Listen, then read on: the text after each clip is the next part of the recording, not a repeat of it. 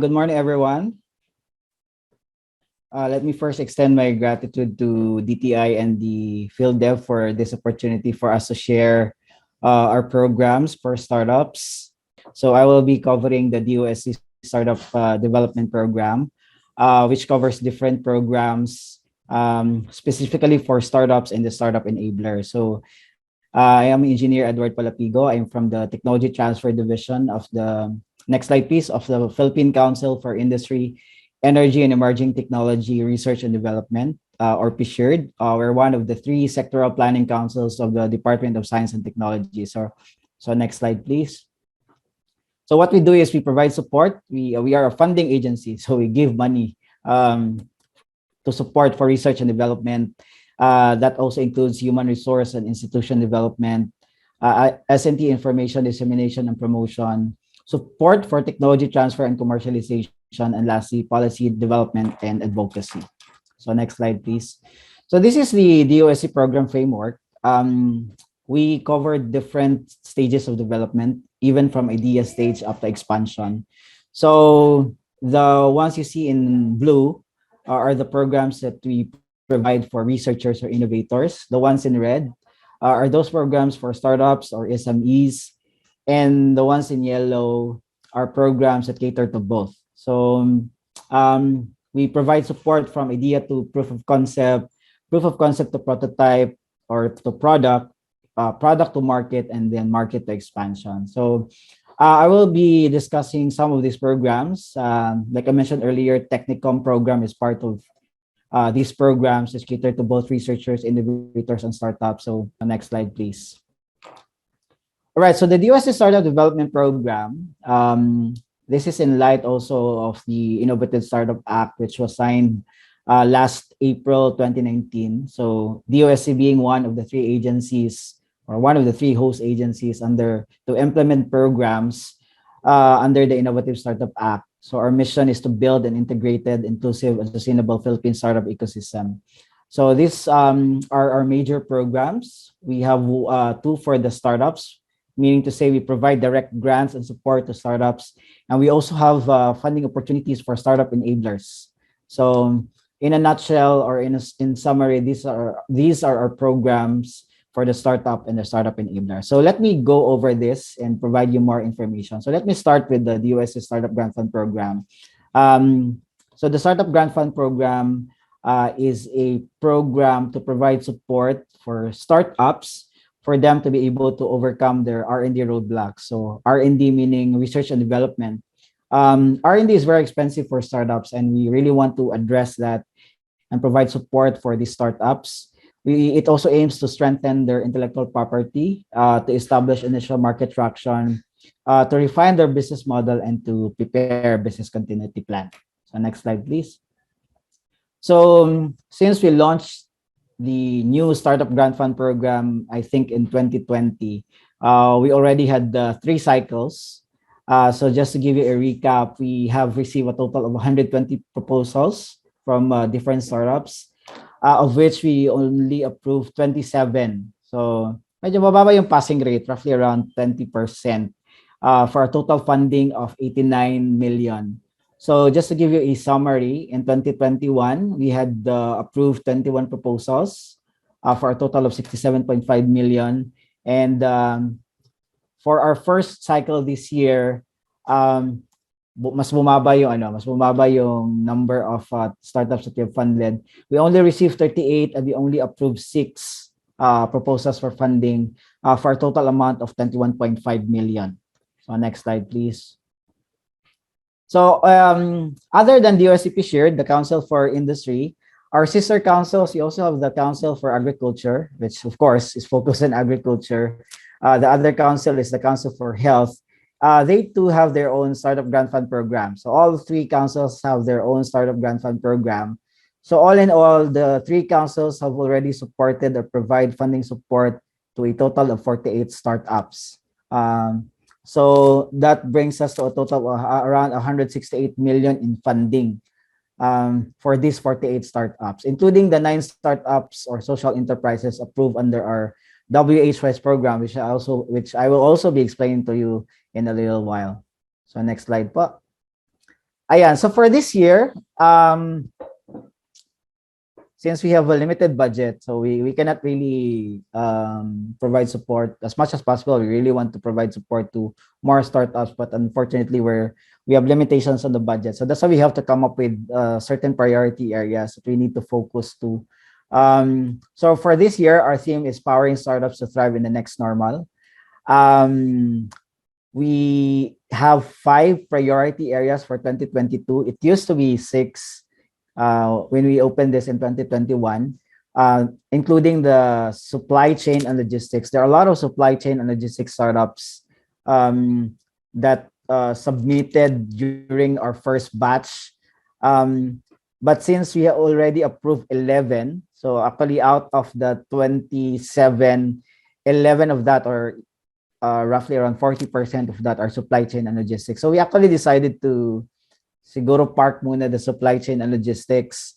Look at how the 11 startups that were approved under the supply chain and logistics would progress.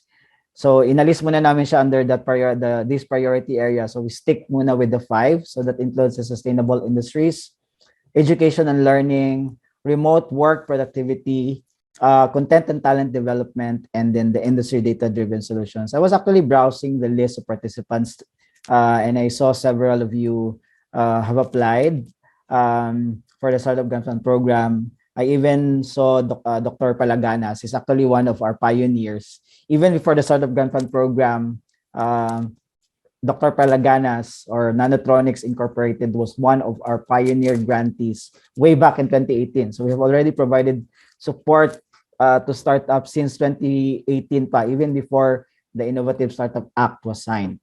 So ito yung priority areas namin. So if you think you'd fall under this priority area, or if you think you're not sure which priority area you would fall, just send me a message and we can talk and discuss and provide you tips on how you can avail of this program. So next slide po.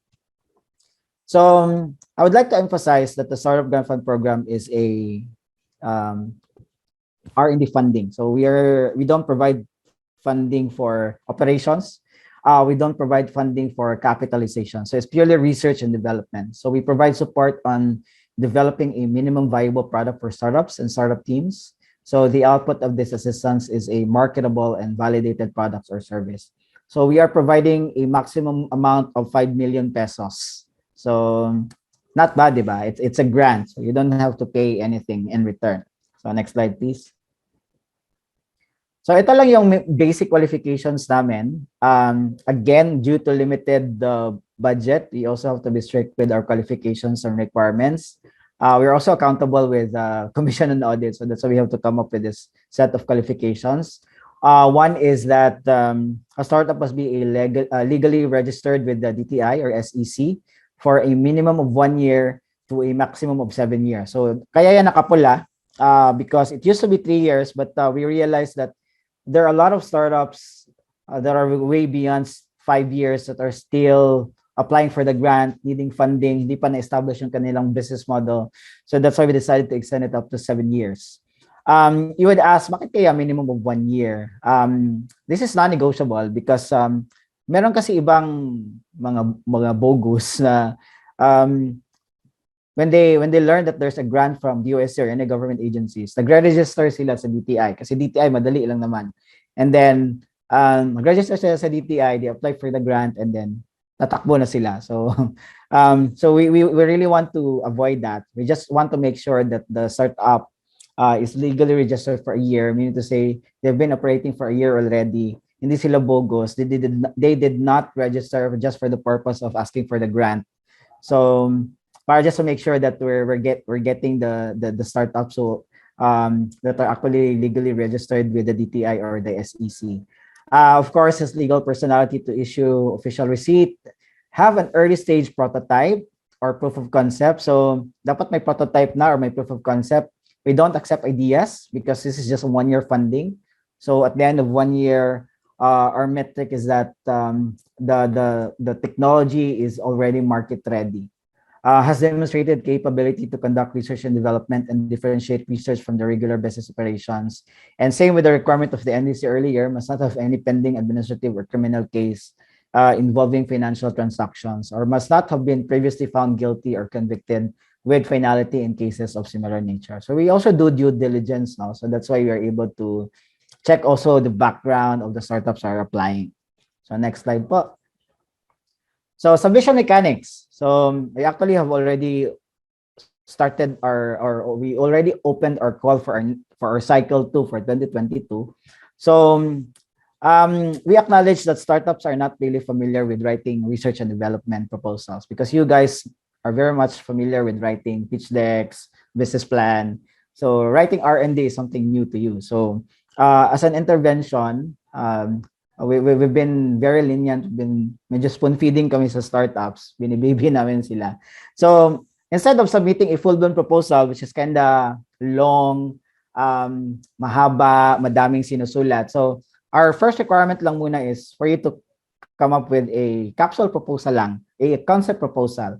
So walang format, but you just have to include this information. So of course, you need to include a title of the proposed project. So for example, you wanted to enhance your system.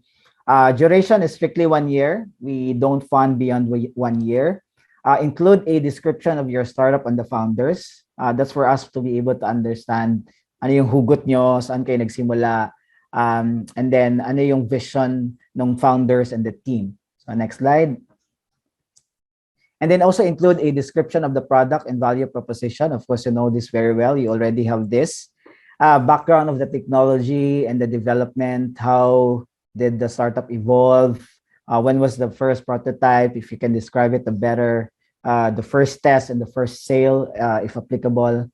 Description of the target market and size. And then as much as possible, if there's already a competitive advantage analysis. I think for some of you already have this in your pitch deck. So you just have to put it in the capsule proposal. So next slide po. And then IP status and protection if applicable. Di naman siya strict requirement because IP is actually one of the things that we can cover under the Startup Grant Fund program. And then kindly include the objectives and scope of the proposed research. I'd like to emphasize that this is about the proposed research, not about the product or your service. So when you say objective, huwag niyo isulat dyan na my platform aims to do this and that, but rather, I want to conduct research and development because I want to achieve this. Methodology and expected outputs, and then work plan, Gantt chart of activities. Next slide. And then, of course, a CV of the project leader. So kailangan mag-assign ng project leader, one of the founders as much as possible. And then line item budget to indicate the budgetary requirements for research and development. So just write the things that you would want to be covered. Salaries, we cover salaries, we cover subscription, we cover equipment, for as long as they are necessary for your research and development activities. So hindi lang siya na parang, bibili ako ng equipment kasi wala akong pambili. But rather, we also look at, that's why the methodology is very important because that's where we look at if the equipment you're asking is vital and crucial to your research and development activities. So that's step 1. You just need to come up with a capsule proposal. Again, no format. You can write this in a document form or even an Excel form. And then the next step is for you to submit it to me, to us. Here's our contact information. So you can email it to Ma'am Russell or me. I'm the program manager for the Startup Grant Fund program. So we already started with the submission of the capsule proposal last May 17. So medyo mahaba. So until June 30. So you have plenty of time to craft your capsule proposal. So that's step 2. So next slide, please. And then, as I mentioned earlier, medyo through the years or its cycle, medyo bumababa yung aming passing rate, no? And of course, we're also kind of worried na baka kasi last cycle we only had 6. So if you follow the pattern, baka next cycle 1 na lang yung approve namin. So sabi namin, we have to do something. We need to, rather than just let the startups do their own thing, pass the evaluation. So sabi namin, why not come up with something that can help them increase their chances of success or approval for the Startup Grant Fund program. So when you submit to us your capsule proposal, we're gonna do a one-on-one review. So uupuan namin kayo. For some of you, you have experienced that we will be talking to you. We will be looking at your proposal and provide you tips. And then we will also be organizing a startup bootcamp. There are two bootcamps in the pipeline. The one is on June 27 and July 1, and the other one is in July 5 and July 12. So the startup bootcamp is a 2-day mentoring session. It actually aims to provide startups additional knowledge and skills for them to be able to increase their chances for the Startup Grant Fund program. And then we will also be conducting a series of proposal write-up conferences. So these are the tentative dates. So the proposal write-up conferences naman, this is where we are going to discuss with you how to write your full-blown proposal. So each of the components of the full-blown proposal, dinidiscuss namin yan, tinuturo namin yan sa startups. Because of course, we recognize that startups are not really keen, not really familiar with the process. So yun, sabi ko nga, medyo spoon-feeding kami, kulang na lang kami na yung magsulat ng proposal niya. So mark your calendars. These are the critical dates. So next slide.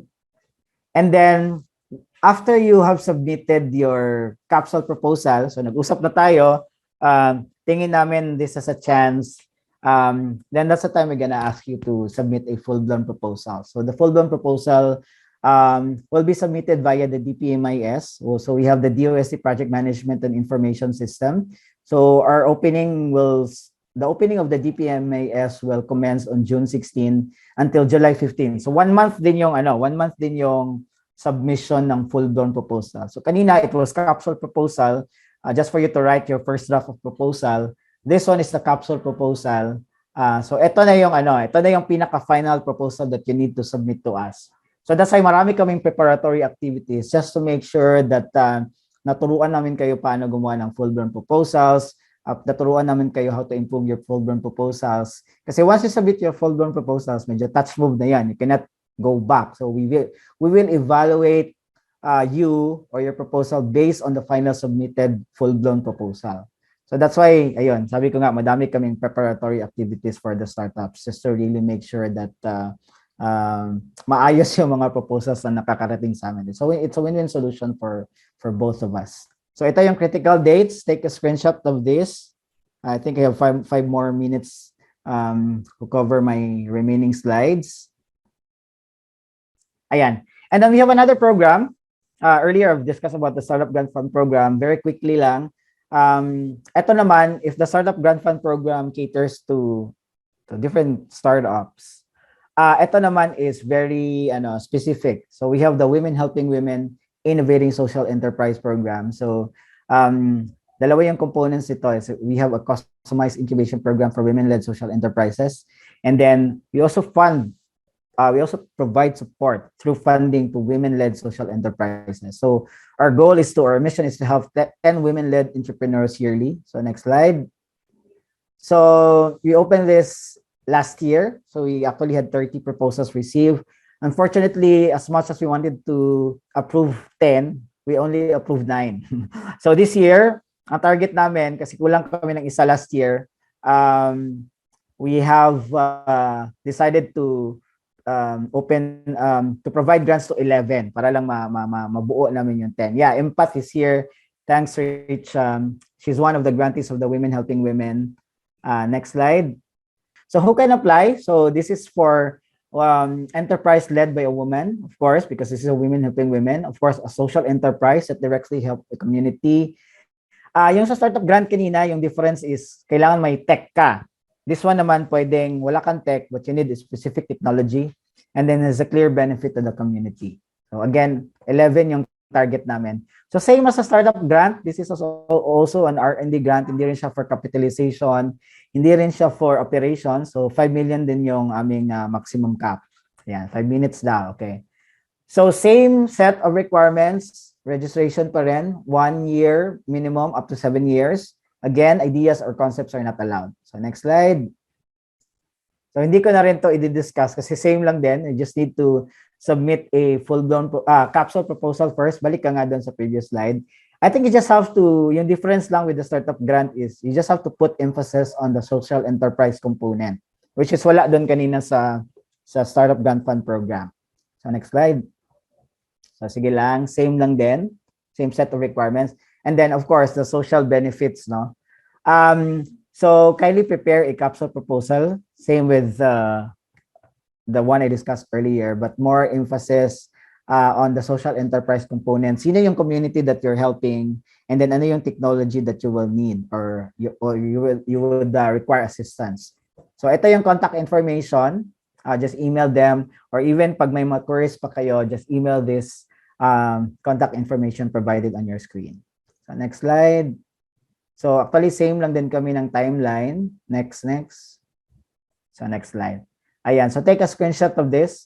For women-led enterprises or startups or here, please do take a screenshot of this. Ano din, June 16 to July 15 din yung aming target schedule ng opening ng Fullblown Proposal. So we also do a lot of preparatory activities kasi sana mahabol namin na maka-11 kami this year.